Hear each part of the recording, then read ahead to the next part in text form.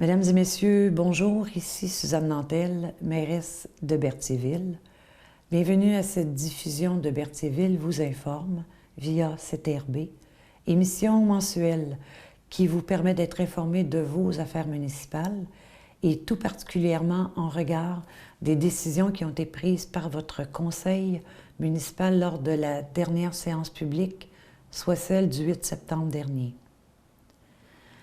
Après l'ouverture de l'Assemblée, je me suis adressée aux citoyens présents en ces mots, qui s'adressent aussi aujourd'hui à toute la population bertholaise.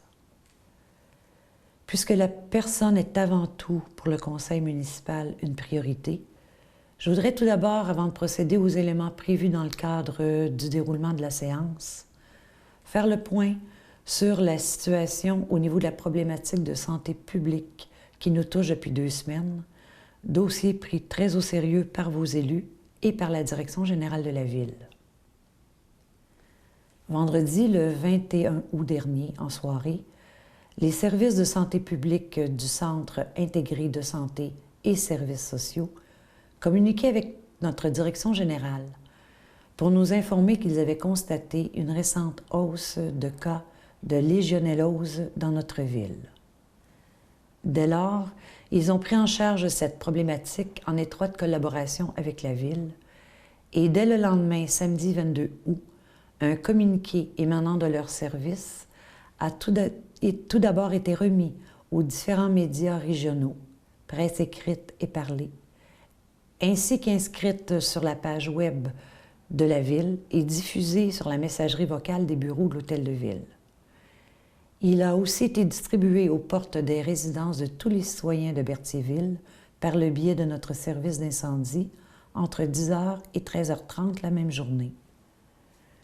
Ce communiqué faisait état du constat et des symptômes en cause, de la vulnérabilité de la clientèle, de l'enquête en cours pour en déterminer la source et référait la population à un site de la santé du gouvernement pour plus d'informations.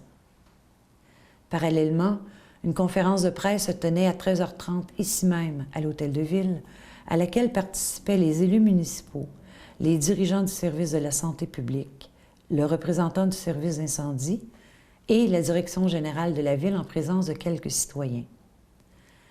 À ce moment-là, la santé publique faisait le constat de 7 cas qui avaient été répertoriés.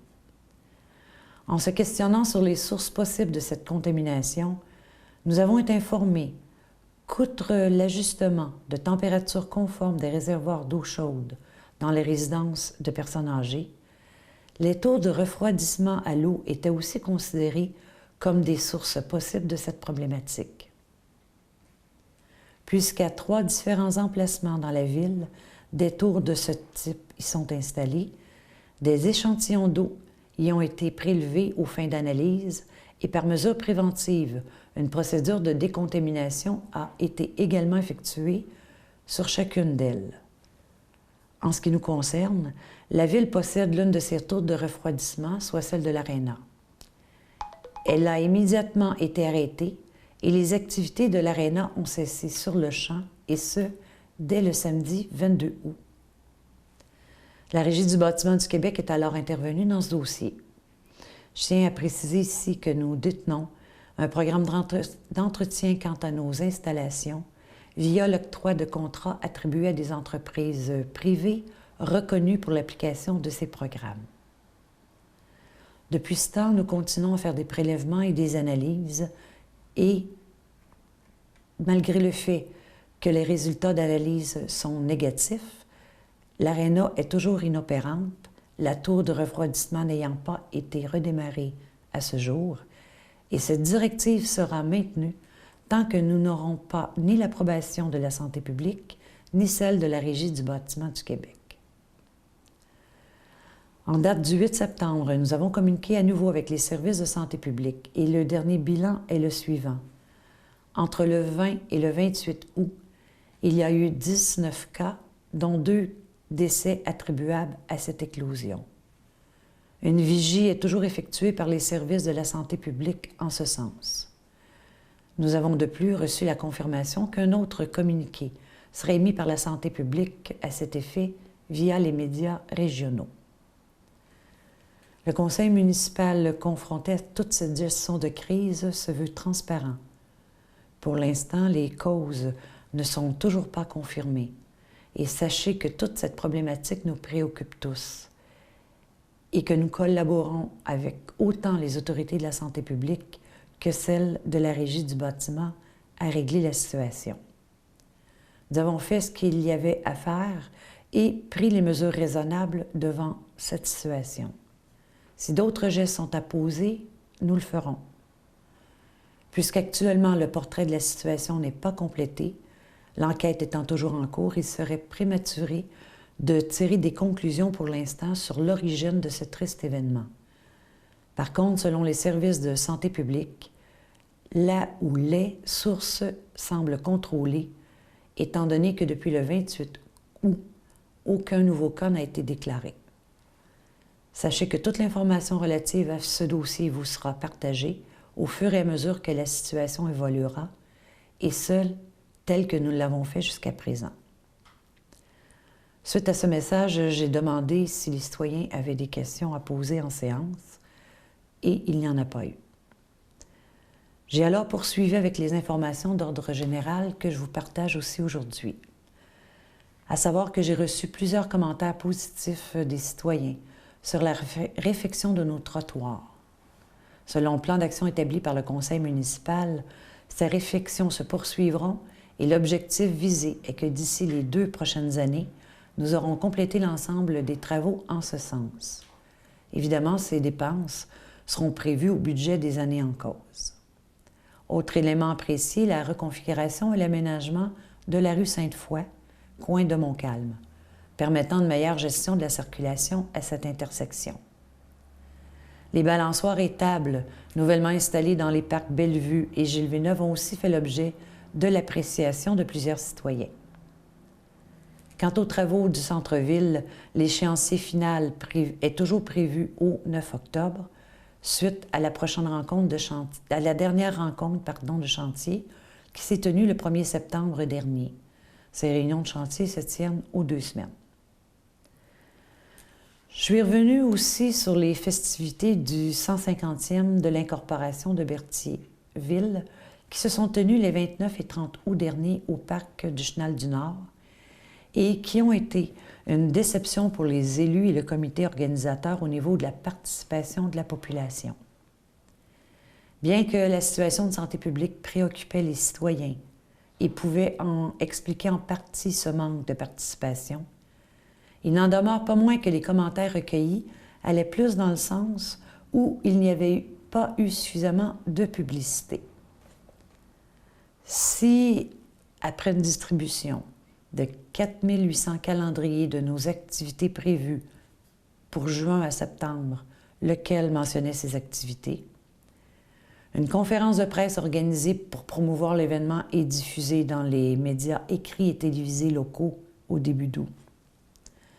Une entrevue avec la radio régionale à cet effet diffusée à la même période.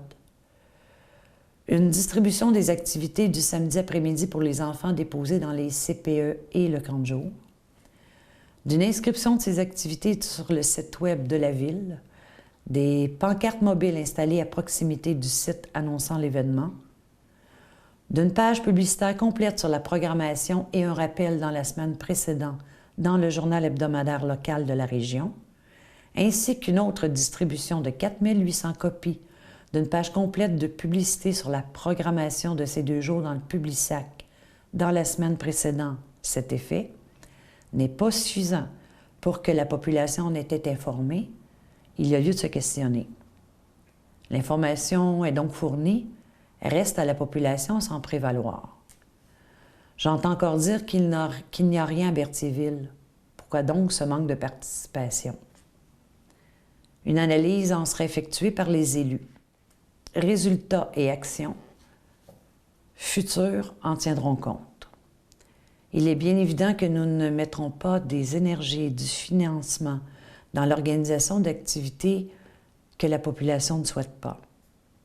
Quoi qu'il en soit, de la part de ceux qui y ont participé, que de bons commentaires sur le choix privilégié du site du parc du Chenal du Nord pour ce genre d'événement, ainsi que l'aménagement du chapiteau. Les gens ont bien apprécié l'originalité et la facilité du moyen de transport mis à leur disposition pour accéder au site et que de bons mots et félicitations sur le choix des spectacles et prestations qui rejoignaient tous les groupes d'âge de notre collectivité. J'en profite ici, encore une fois, pour remercier tous ceux et celles qui ont contribué à la tenue de cet événement. Maintenant, les activités prévues à Berthierville en septembre.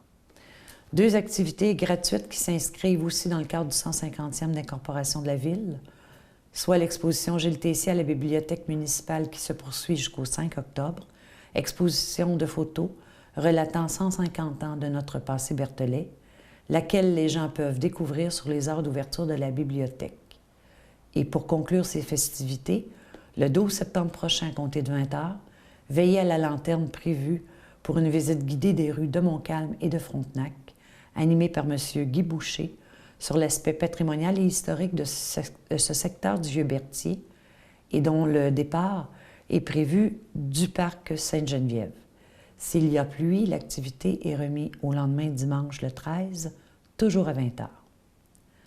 Le 12 septembre prochain aura lieu aussi la journée porte ouverte au musée Gilles Villeneuve entre 9 h et 17 h.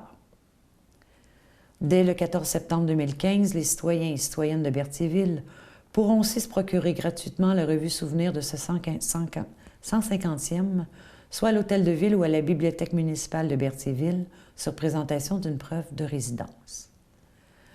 Le 16 septembre donnera lieu à la première nuit des sans-abri au Parc du Chenal du Nord, dès 17 h, organisée par Alliance Dignité pour souligner la commémoration de l'élimination de la pauvreté. Il y aura animation, chansonniers, spectacles de danse, humoristes et autres. Et la population y est invitée, telle que la prochaine résolution du Conseil le démontrera. Le 19 et 20 septembre prochain, finale régionale de soccer sur nos terrains, situés sur la rue Laferrière, et ce pour une 2e année consécutive. S'affronteront lors de ce tournoi les équipes détenant les premières positions de chacune des divisions. Cette année, se sont ajoutées les finales féminines qui prendront aussi part à ce tournoi. Le 23 septembre, pour son 35e anniversaire, le Centre d'action bénévole d'Autrey-le-Cabas organisera une activité porte ouverte sur la rue de Champlain qui sera pour cette occasion partiellement fermée à la circulation entre 10 h et 17 h et où des kiosques de différents services seront installés. Toute la population y est la bienvenue.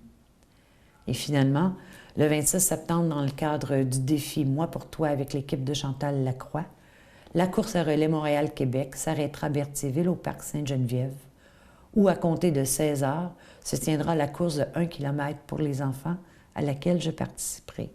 J'invite donc tous les parents à inscrire leurs enfants à cette course, dont les profits seront versés à la Fondation des Étoiles pour la recherche sur les maladies infantiles. Les maires des municipalités de la MRC de Dautrey ont été sensibilisés à la cause et ont été personnellement invités à demander et à inscrire les enfants de leurs municipalités respectives à cette course. L'équipe de défi Moi pour toi y a prévu à compter de 13 h des jeux gonflables, du maquillage, de l'animation ainsi que divers kiosques dans l'attente du départ de la course des enfants prévu, je vous le rappelle, à 16 h, événement qui sera sûrement très médiatisé. S'en est suivi l'adoption des résolutions de la séance, en commençant par une première résolution qui concernait l'adhésion de la ville de Berthierville au babillard communautaire de Radio Nord-Joli Incorporé, nouveau service de cette station radiophonique pour un montant annuel de 35 $ et permettant ainsi la diffusion de nos événements et activités tout au long de l'année. Par la suite, le conseil municipal a résolu de la signature d'une entente à l'égard de 2 cours d'eau sur son territoire avec la MRC.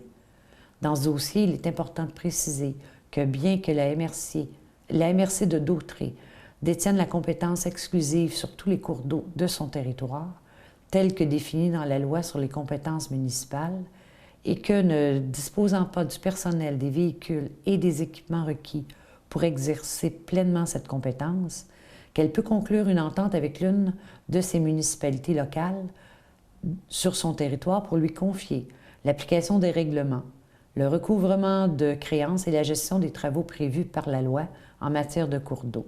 C'est pourquoi le conseil municipal a nommé son contremaître au service des travaux publics ou, en son absence, son coordonnateur, comme personne responsable de l'application de cet article de la loi sur les compétences municipales. Par résolution, le Conseil a aussi attesté du dépôt du rapport des indicateurs de gestion 2014 préparé par la trésorière, directrice générale et adjointe et greffière adjointe Mme Sylvie Dubois, rapport devant être déposé en séance du Conseil. En raison maintenant d'une résolution prise en août dernier concernant un appel d'offres relativement au remplacement de l'escalier d'urgence situé à la sortie de la porte 6 de l'Hôtel de Ville auprès de 4 compagnies, et du fait qu'une seule des 4 compagnies invitées respecte la condition inscrite au cahier des charges de cet appel d'offres, soit celle mentionnant que sont autorisés à soumissionner les entrepreneurs généraux détenant une licence en règle de la Commission de la construction du Québec et invités par le propriétaire. Que ce faisant, le Conseil doit retourner en appel d'offres sur invitation, reportant ainsi au mois d'octobre l'exécution des travaux. Il a donc été résolu d'annuler le présent appel d'offres et d'abroger la résolution du mois d'août en ce sens. Maintenant, au niveau du service des travaux publics, considérant que par le biais de l'entente de service avec le Cégep, la Ville loue une rétrocaveuse et que l'usage de cet équipement pourrait être optimisé si nous l'utilisions pour des travaux de nettoyage et de reprofilage de nos fossés.